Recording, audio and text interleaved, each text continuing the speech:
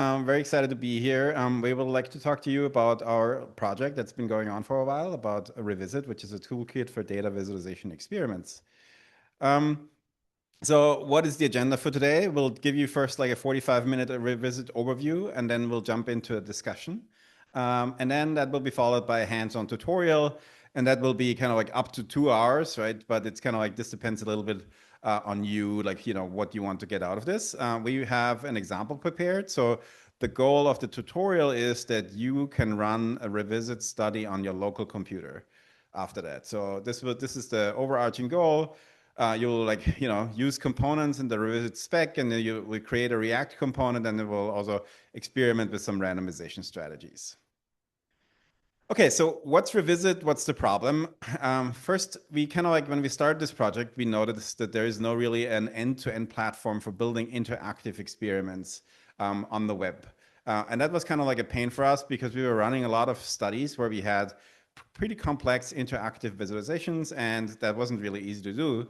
So we did a lot of ad hoc implementation, and then eventually we realized, hey, we can actually do something about this. So we built this platform. And then other online experiment tools really have a very limited support for types of stimuli. So for example, if you use a commercial tool like Qualtrics, you have surveys, but then everything else tends to be a little bit hacky. Another thing that is a big problem if you build complex interactive studies is that it's not easy to debug those. Like, Lane always tells the story that in one of his earlier platforms, he has to click through the study and ended up clicking through the study to get to a particular point hundreds of times. And then most study platforms don't really have good built-in data collection and provenance tracking, especially for interactive studies. And so, what's the competition out there? What are the other tools that you can use? I think the kind of like elephant in the room is Qualtrics. Qualtrics is like $1 billion company that builds very expensive and closed source survey tools. Qualtrics, of course, being a big commercial grade tool, has its pros. For example, it's less technical than reVISit. But it's also not really built for these interactive stimuli that I mentioned before. And then ScikroPy and JSPsych, they're kind of like different kinds of libraries that you can use to build an experiment, but they kind of have, they're more like libraries, and you still have way more stuff that you need to do yourself. They have certain advantages. For example, JSPsych is really tailored for psych experiments, and there's plugins, for example, for super precise timing that reVISit doesn't have at the moment. So reVISit is this infrastructure for visualization studies, and the idea is that you can set up a study with all the components, such as consent, training, trials, tasks, surveys, and that you can run sophisticated study designs like randomizations between subjects, within subjects designs, and so on. That you have simple data tracking and data export, and that you have simple to deploy and run studies. And one of the key differentiating factors of reVISit to others is, especially to Qualtrics, it's that it's fully reproducible and open. So basically your study, you can share your study for free with your reviewers. You can share the whole study setup with your readers of a paper. And then anybody could, if you make it accessible and available, because it's free and it's open source software and well-defined, anybody can rerun or take parts of your components or just look at how you did something and reuse this. And that's, of course, great for replication studies. And you don't have to have a license, right? So if you ran like a study with Qualtrics, only somebody else who has also a Qualtrics license can rerun your study. Okay, so this is the big figure that explains how reVISit works. At the top left, this is the core of reVISit. It's the reVISit domain-specific language, where you kind of like specify what goes into your study. And this is where we'll mostly be living today. So, in the specification, you have things like the study metadata, you have study components and parameters, and then you have the sequence. I'll go into more detail. So this is kind of like the spec of how everything fits together. And then on the top right, you have the stimuli, the components and libraries. And this is like, the stuff that you're testing. And that can be as diverse as interactive visualizations or static images or web applications or websites that you don't even own. So you can run a study, for example, on the New York Times website, or you can do forms, simple forms, or you can do markdown components for training and testing, questionnaires, of course. And then we have libraries that kind of like allow you to simply integrate very common surveys. So for example, the NASA Task Load Index is a library that is part of reVISit. There's 17 in total. And if you want to run a TLX, it's just like a single line that you can include, and then you have that in your reVISit study.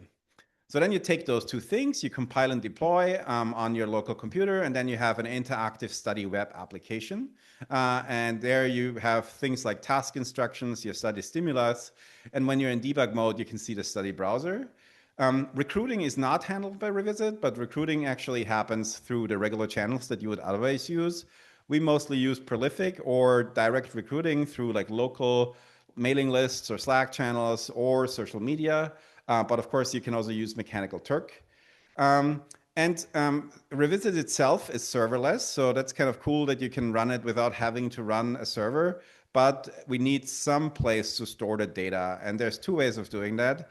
One of them is Google Firebase, which is like a web storage platform that really powers a lot of the phone apps out there.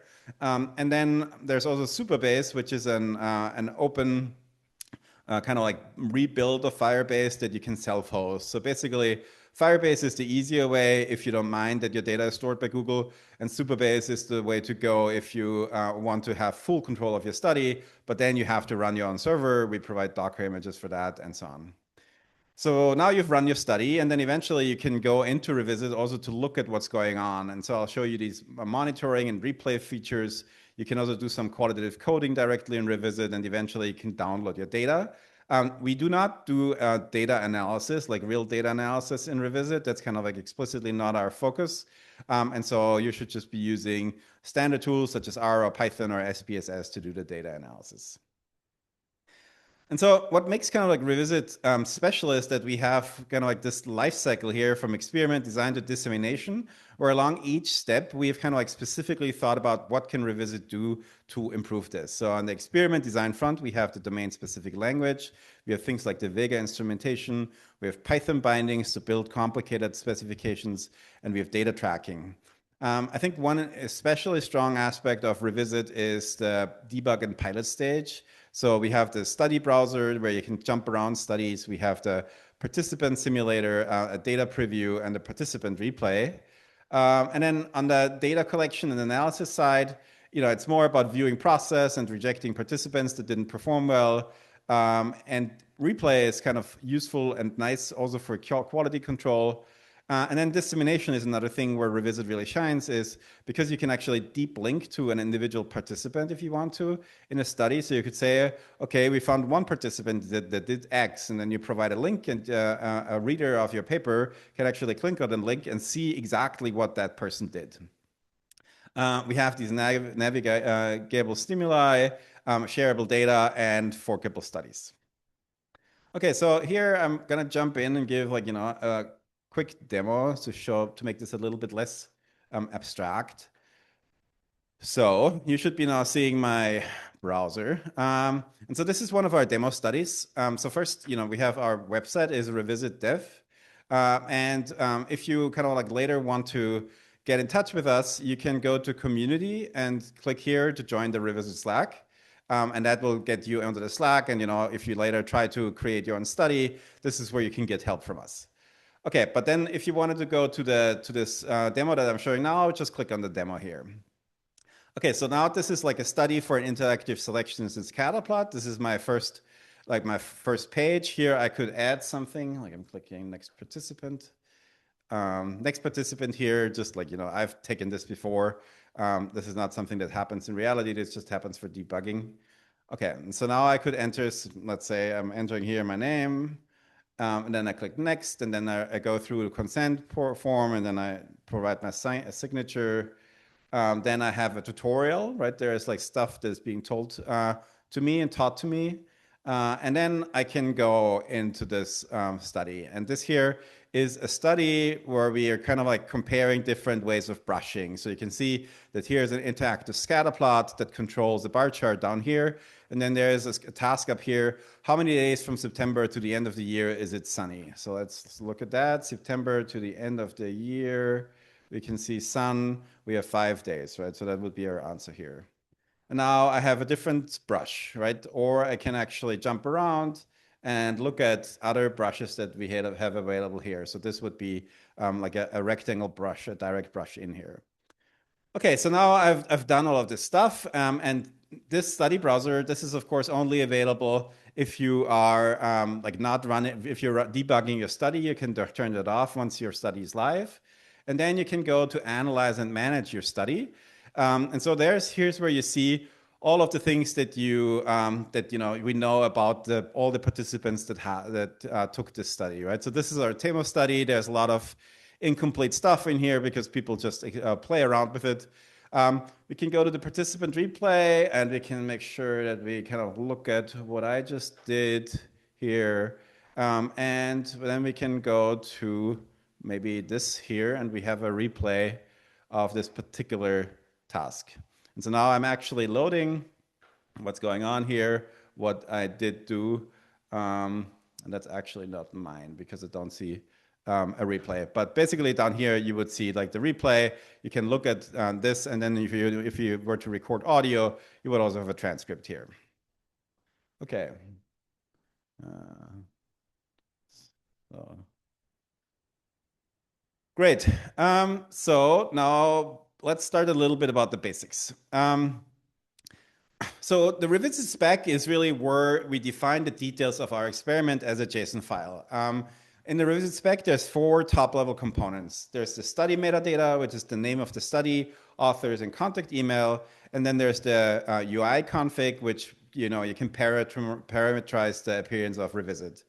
And then the meat of everything here are these components and base components and the sequence. And the components and base components is where you set up the content of the study. So what are the stimulus that you're showing to your participants? And as you can maybe already guess from the name, components and base components is about inheritance. And then the sequence is about choosing the order and the selection of the tasks participants see.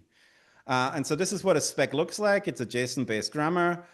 We have a schema definition at the beginning, and then we have our study metadata at the top, then the UI config. And these are very minimal here. And then we have the components. And so here we have 2 components. We have an introduction, which is just a markdown file, and the first question set, which is a questionnaire. And there we define like a long text field as a response. And then in the sequence, again, probably one of the simplest sequences that you can create, a fixed order of components, first introduction, and then first question set. So which kinds of components do we support? I mentioned this already briefly, but the longer version of this is we support markdown files, which is useful for introductions, consent forms, help pages. So these are text heavy or image heavy, video heavy that you can embed and not really have a lot of survey stuff in them. Then you can do images, videos for static visualization stimuli. You can do web pages, which can be like the web pages that you create, like as custom stimuli in any kind of like web language that you like. You can make this, of course, interactive with JavaScript. We also provide the ability to use React component. React components, because reVISit itself is written in React, and then if you're writing the component in React as well, that has certain advantages. It makes the data passing and so on a little bit easier.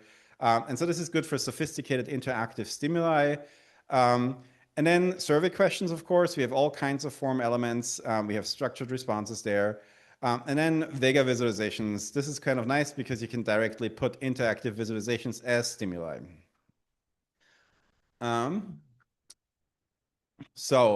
Here's like an example of a Vega visualization where you can click through a chart. And the cool thing about Vega, like this is just specified in Vega. And the cool thing about Vega is that all of these interactions are also automatically tracked for you. So, if you did this with a regular D3 visualization, for example, then you would have to kind of worry a little bit about how the tracking works. If you do it with Vega, this is all for free. So here's an example of a component, of 2 components, actually, like 2 regular components and 1 base component. So we have a base component that is a bar chart, right? So the idea here is that I have a bar chart that I'm visualizing, and that points to the path of where this bar chart is implemented. This bar chart HTML example here uses D3. We have things like, it's an iframe. That's kind of like what we say to if it's a simple web stimulus. And then we have like a prompt. and a response. But the response and the data is actually not defined as part of the base component, but those two things are actually defined as part of the inheritance. So if you say then bar chart one inherits from base component bar chart, and then you can put in the description, you can put in the instructions, like click on the largest par, and then you can put in the data parameters. So you can create different components based on one base component. So how do survey elements work? These are basically like we every time we use a survey element, we code that as a response, right? And so if you have just a survey, like just a form, then these are just components that are response only. So they have a type questionnaire, as you can see here, and then you have the response definition. And in this response definition, you have all of these kind of like properties that you might know from an HTML kind of form element, right? Like an ID, is it required? Where is it located? What is the type? You can put in the placeholder and so on. And so here is an example of all of the different form elements that we have.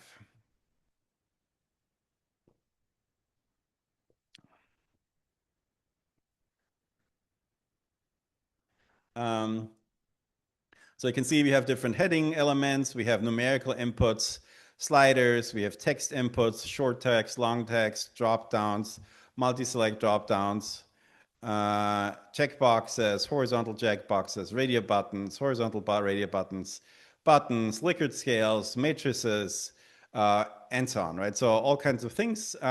There's also like the ability to set default values or to randomize the questions, like in which order they appear. The options in this case, actually, this is like question 2, question 1, question 3. And then you can also randomize the question, right? So this would be like 2, 5, 4, 3, 1, 3, right? This is how it's defined in the file. And then we have a couple of like ranking elements, and you can put this either in the main page or in the sidebar, right? Okay. So the kind of like, most complicated thing sometimes in experiment design is defining what order do the components appear for which participant. And that's what the sequence does for us. And basically for the sequence, we have a couple of things that you can define. For example, like the order, you can define the order as either fixed, as random, as Latin square, or as conditions, which is kind of new. So you can like create one experiment where you create two different links, and then people can jump into one specific conditions with one link, whereas other people that have the other link jump into another condition. Then we have the ability to dynamically define order, but also like which tasks happen. And so there you provide a function. So you can do things like, for example, if somebody gets a question right, they get a harder question next. Or if somebody gets the question wrong, they get an easier question next. You can do things like subsets, show me 2 out of 5s. You can do things like skips. If you got something wrong, go to the next task, and you can do things like interrupts. So for example, you need an attention check or a break, and that can be scheduled by reVISit directly. And so this is what a sequence look like. The main thing that you should kind of like take from this is that we have these nested blocks of the sequence. So the top level definition here is fixed, and the components in the top level definitions that appear is first introduction, then consent, then tutorial, and then we have another block. And that block now is randomized. And this is where we have like these are again our brushes. And now these 4 brushes, they appear in random order. So they're different for every participant. And then we complete that random block and we go back out to the fixed block and continue with the post-study survey. That's the same for everybody. And then with like a final demographic survey. Here's like how these conditions work. So I can, in the sequence for each block, I can define whether it's a conditional. So I said conditional equals or equals true. And then I can access that study with like my study URL /study question mark condition equals color. And here we use the ID. And in the other case, you could say condition equals shape. And so then somebody who clicks the color link would see the components color trail 1, color trail 2. Somebody who clicks the shape link would see shape trail 1, shape trail 2. And that's often very useful because that allows you to do between subjects designs quite easily. Of course, we also do arbitrary styling. Like you can completely control the appearance. I mean, reVISit comes styled by default. If you're happy with that style, that's okay, but you can do anything. Like we actually have an example of where we style reVISit to look like a Google form, right? You can also configure what to show. Do you want to show the sidebar, the top bar, the progress bar? You can style based on a global level, on a component level, or even on a response level with CSS. And there's like lots of information about this in our documentation.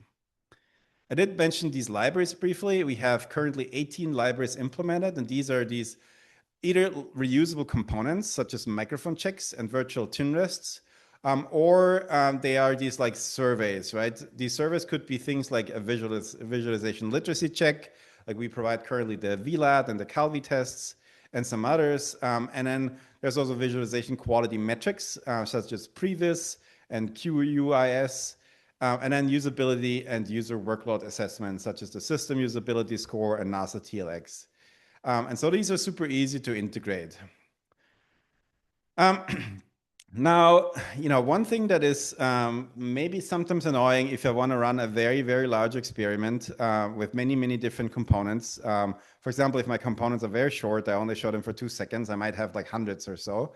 And then it gets annoying to define these components directly in the JSON file, right? And so what you can do instead is you can use reVISit Python bindings to generate your spec. So if you want to create 50 stimuli with slightly different data, you could just like, generate your random data with a Python function and then path that into reVISit Py to create to program a spec basically. And that will allow you to iterate over factors like data sets or tasks and conditions. I should say that we're currently working on a more elegant way of dealing with factors. So if this is like a concern for you, well, be kind of like stay tuned for near future developments. And this is like what a reVISit Py program looks like. You import reVISit as reVISit here. And then I set up my study metadata, and then I set up a response here, and then I set up a base component, and I define what goes into the base component. And then I can, create component 1 that inherits from the base component and provides like a response. So that's kind of like the idea. I'm sure this is like pretty obvious if you know Python, how that all works. So the cool thing about this Python workflow is that we can now run in a Jupyter notebook. We can define the whole study. We can like put everything that you want into the notebook. And then because of any widgets, we can run like a reVISit server directly in the notebook. So now you can directly try out what's going on in your study. And then you can even do like a preliminary analysis of what's going on by stuff that you clicked around. And if you maybe also want to do the data analysis in that notebook, you can now click on that Python button here, and then the data that you just provided through like clicking around in your study is directly available in a notebook. And so that's an easy way for you to check whether all the data that you need for your analysis there, and you can also like, draft your statistical tests if you want to, and so on. So this is like a kind of a cool way of developing a reVISit study. Okay, moving on to data. So, I mentioned already that provenance tracking and so on a few times.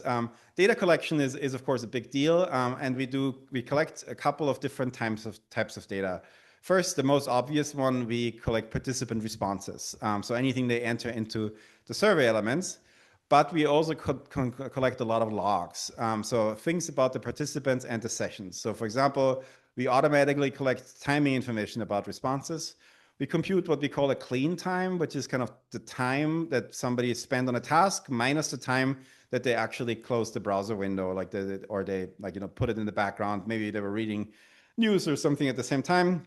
And whenever we can detect that somebody is not focusing on the window, we can subtract that and provide you a clean time. And then we have participant metadata, browser information, IP addresses, and so on.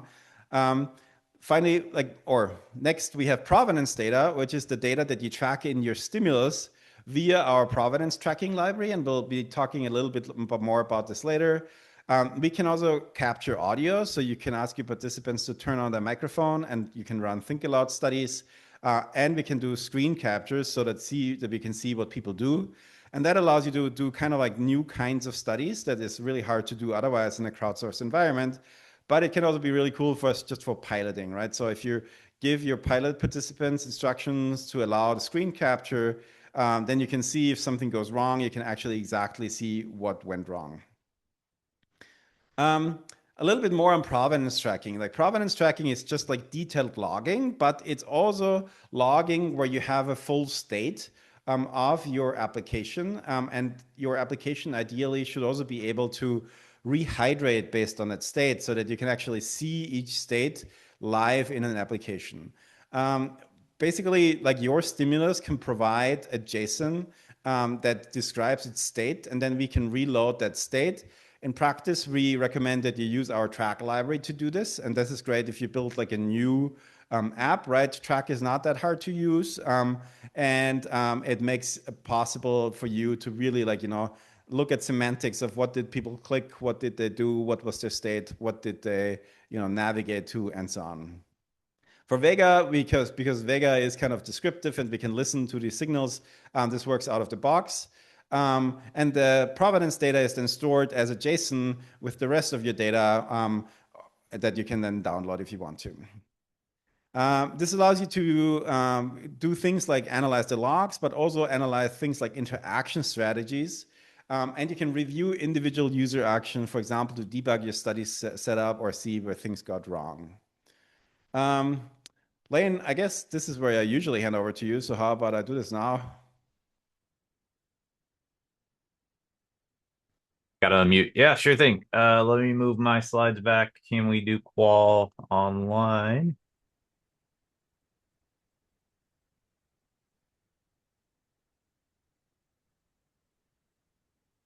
Okay. And then Before you do, Lane, I just want you to know there's like, some sort of gasps and quite a lot of excitement in the room about what's going on. So Alex is kind of breezing through the wishy-washy stuff, and we're all, oh my goodness, it's like it's just phenomenal so far. So I'm sure it's going to Thank keep you. being That's very phenomenal, kind. but I don't want to stop to the end to let you know that we're very excited. This is really fantastic. So thanks. awesome. Thanks. Can you all see that? Yeah. All right, cool. Uh, so can we do qualitative evaluation online? For me, this is a bit of a personal journey. As someone who ran a lot of quantitative experiments starting out, tried to avoid qualitative experiments. It sounded like a lot of work.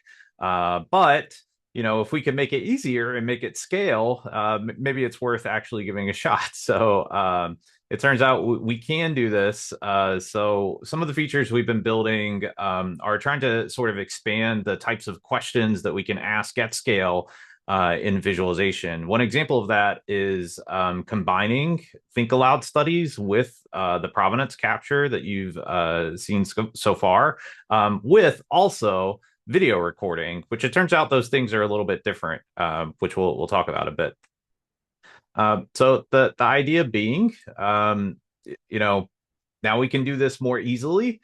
So if you have some sort of tool, like an AI-enabled, workflow for a domain user, or one thing that we explored recently were Jupyter notebooks, it's potentially easier for you to get this in front of your stakeholders and the folks that actually need to see this at their convenience, maybe even in their environments on their machines, so that they could, kind of more comfortably, go through the study you're doing. And this would be in contrast to a ton of the studies that we do where we bring people, in lab.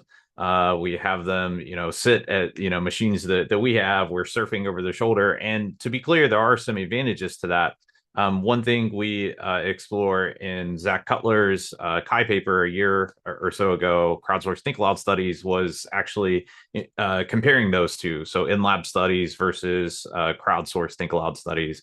And it turns out that, they're fairly equivalent, although on think aloud studies online, sometimes folks are even more critical, which is nice, I think, as a researcher, to have folks tell you how they really feel. The biggest thing, I think, time saving. When I was an early PhD student, I was always stuck with running the in-lab studies. which meant like running hundreds of people in the lab, sometimes in parallel. You had to schedule everything. Now you can just kind of click a button, and we did this yesterday, and now we have 80 videos waiting for us to review, along with provenance and the questions, et cetera, that they did. So that's a really nice time savings. So a couple of bits of actually doing the recording. One thing, when we say single flag, what we mean is it's basically a single line of code to enable this in a reVISit study. You just say audio recording true, and it'll do that for the entire study onwards. You can turn that off on certain pages if you need that. So we've kind of gone through I don't know, you start enabling for everything, and then we figured out, oh, we need these features to turn it off and on at certain points. We add a waveform visualization, not just in the middle here, but also on the upper side, to let participants know that they're being recorded, and also serves as a reminder for them to think aloud while you're doing that.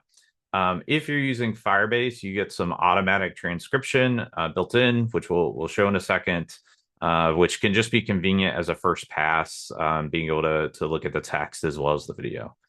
To show that here,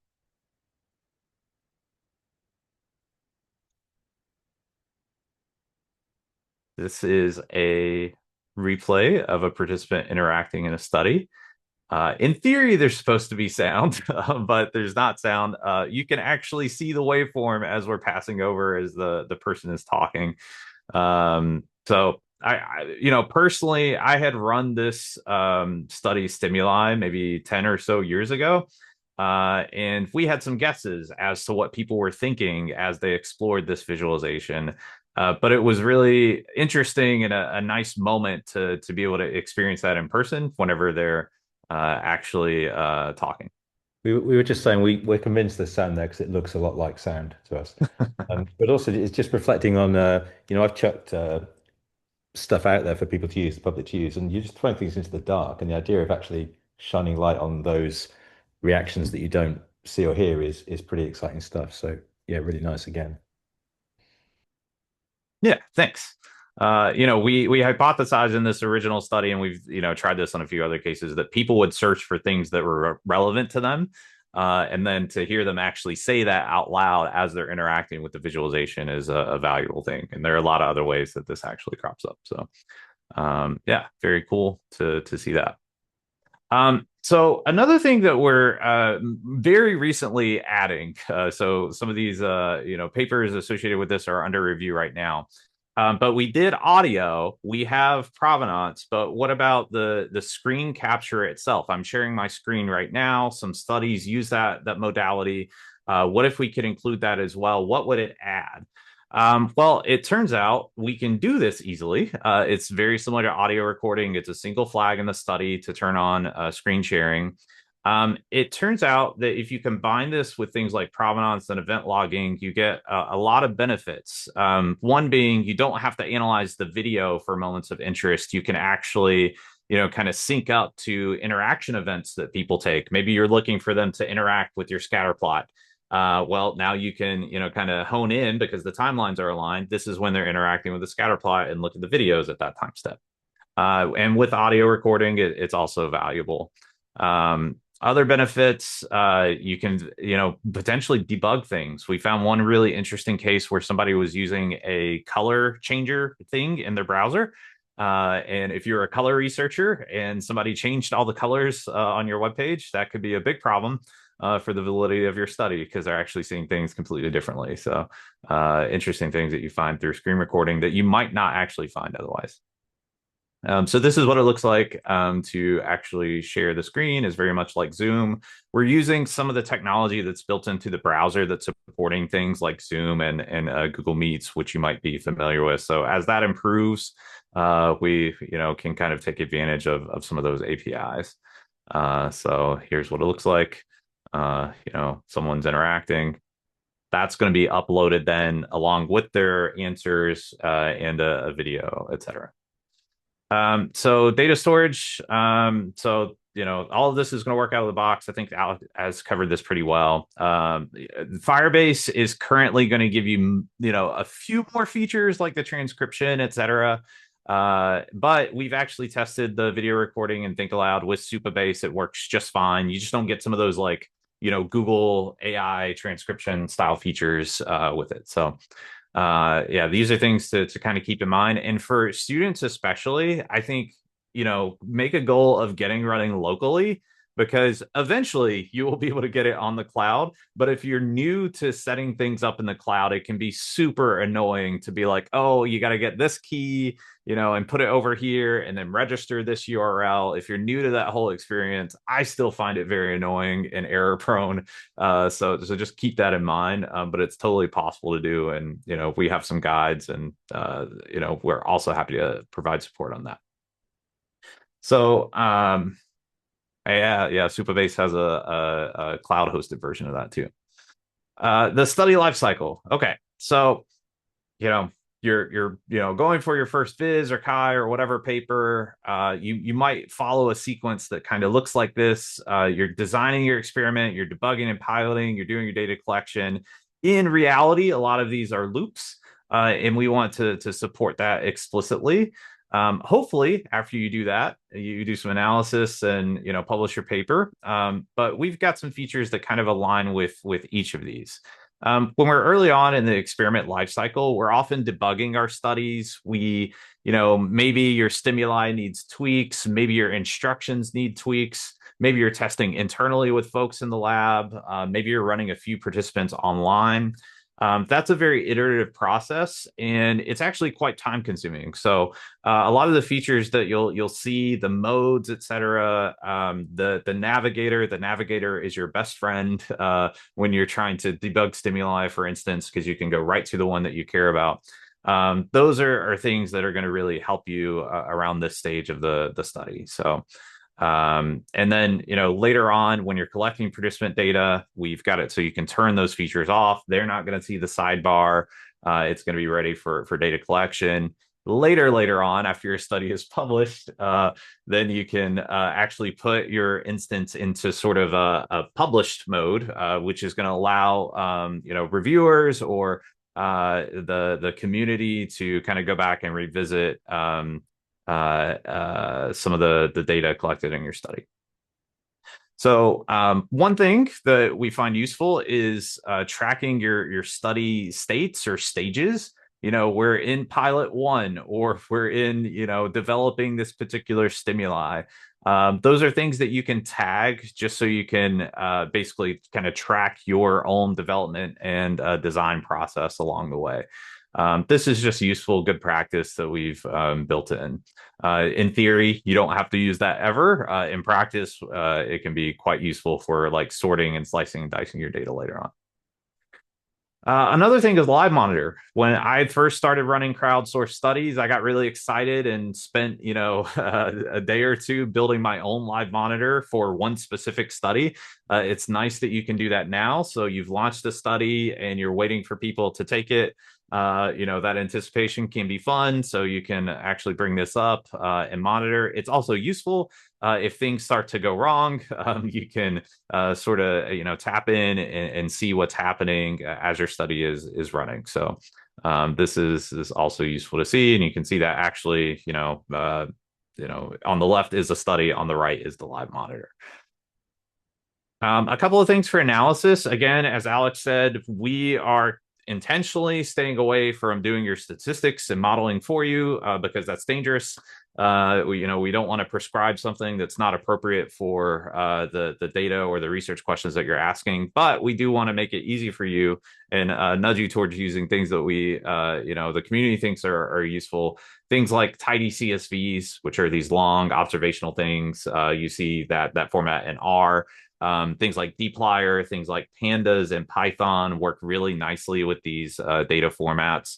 If you need, thicker data and, all the provenance information, you can get a JSON for that and, slice and dice that.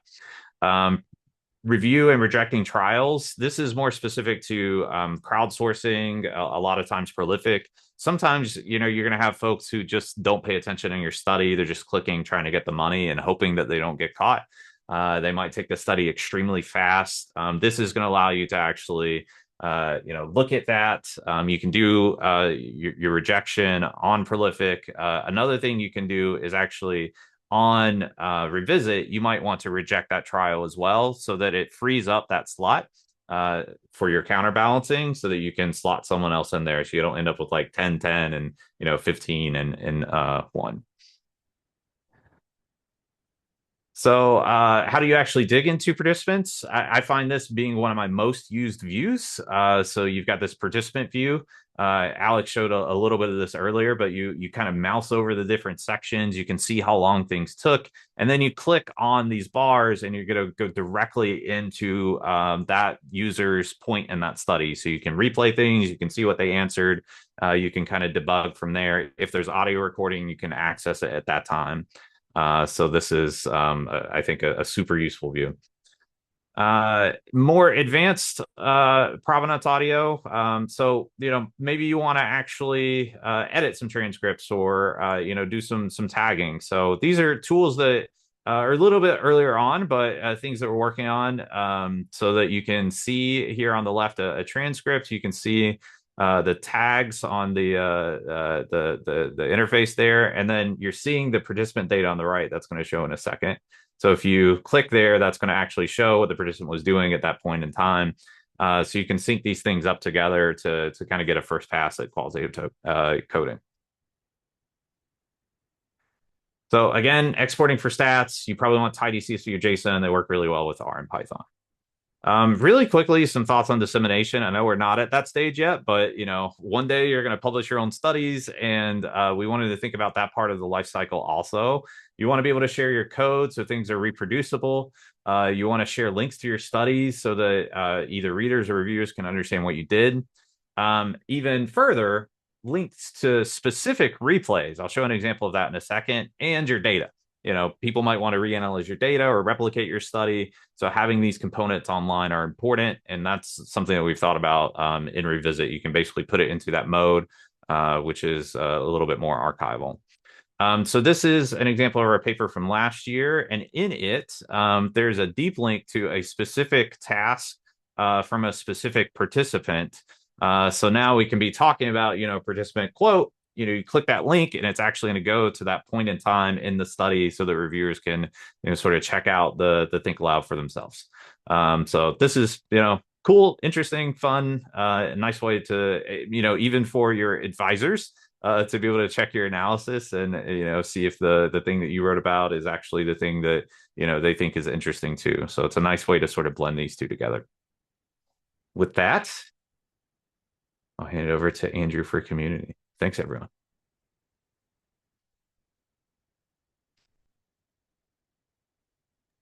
Okay. Yeah, I've been really using that deep linking stuff lately to check folks' things in my group. It's been so cool. But I get the easiest thing to talk about, perhaps the most fun thing to talk about, which is that reVISit sees itself as something that's been really built for and by the Viz community. Like, the Viz community has lots of really demanding needs. Like it has a lot of, highly interactive stimuli, and, elaborate designs that, make it challenging to do stuff. And so we've been really lucky to be able to grow and incubate reVISit in this community. And so, kind of in line with that, we sort of see this work as being really drawing on this. There we go.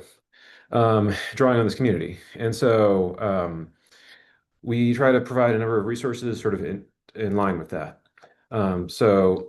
First, there's the reVISit website, which has, a huge range of documentation, and we try very hard to keep everything up to date and interesting and useful. I know I'm often in there adding new FAQs and so forth. And then we also have a quite active Slack that anyone is welcome to come join. It has help channels. You can come talk to us if you found bugs or if you just need help figuring out how to do something. We're very responsive and we're excited to chat with you. And you can find links on how to get to it on the revisit .dev website. In addition, this again, it's a community effort, and so we've been trying hard to bring community voices into the way that we've architected the revisit and like what features are important and so on. And so one way that we've done this, in addition to community outreach things, is we have a steering committee full of extremely smart people who have good thoughts and opinions about a wide range of stuff.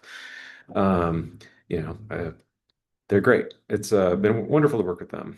And then, in addition, as you might expect, reVISit has been used in a bunch of papers. It's been pretty well battle tested across a bunch of different stuff. At Viz, there were 4 papers. Last Viz, there were 4 papers, and at EuroViz, I know for sure that there's 2 papers. There might be more. But it's an exciting thing to get to see all these papers grow and build their work on top of this platform. And this is something that is, growing over time. So we like to keep an active list of papers that are out there, and you can tell us if you've been using something, and we'll put it on the website. Like again, I just put these top 2 on the page just yesterday.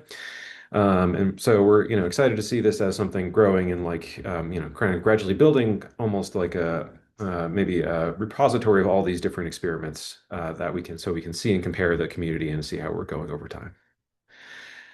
And so this kind of comes to the summary. Again, I got to do the easy part. So reVISit just makes doing experiments easy. I know that I found doing experiments prior to reVISit deeply annoying to the point where I didn't really want to do them. And since getting involved with reVISit and using reVISit, I've found myself doing a ton of quant work that I probably wouldn't have done otherwise. It makes it really easy to engage with this style of work, but while still also doing the kind of cool qual stuff like Lane was describing. And then in addition, it also gives you the ability to sort of share with different slices of the community. So again, like this could be reviewers. It is Viz review season. I bet there are reviewers out there clicking deep links into different reVISit studies so that you can try and experiment with things. reVISit also plays good with not anonymity requirements if you need to have those. It also gives you a good way to just share with your community. Like, it's much easier to go replicate an experiment if the spec is easy to describe and easy to understand, and rather than trying to like stare and be confused at a series of screenshots and dense method sections. And so we hope you give it a try, particularly in the context of this tutorial that you are in right now. In addition, if this isn't enough for you, there's also going to be a tutorial at EuroViz this year. And then, which is not that far from you for this year. And then again, it would be great if you wanted to join the Slack. We'd be excited to chat with you. And so we're also excited to hear about any ideas that you have or features that you would really want to see. Again, this is a community built situation. And so we really want to have stuff that's relevant and important to people. And like Alex was mentioning earlier, this includes stuff like factorial design as a way to do permutation and combinations in ways that are interesting and relevant.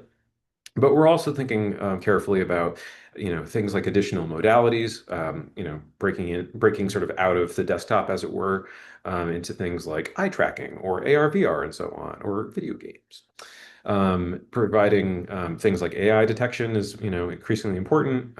As we were noting, people just clicking through stuff, is one pattern, but people employing AI agents to complete studies has been frustratingly something that now does appear on some of the crowdsourcing platforms, and so on. But again, we're excited to hear your ideas or questions or thoughts. This is, part of what's really great about this kind of event is that we get to chat with you all and hear what the sorts of things you want and need.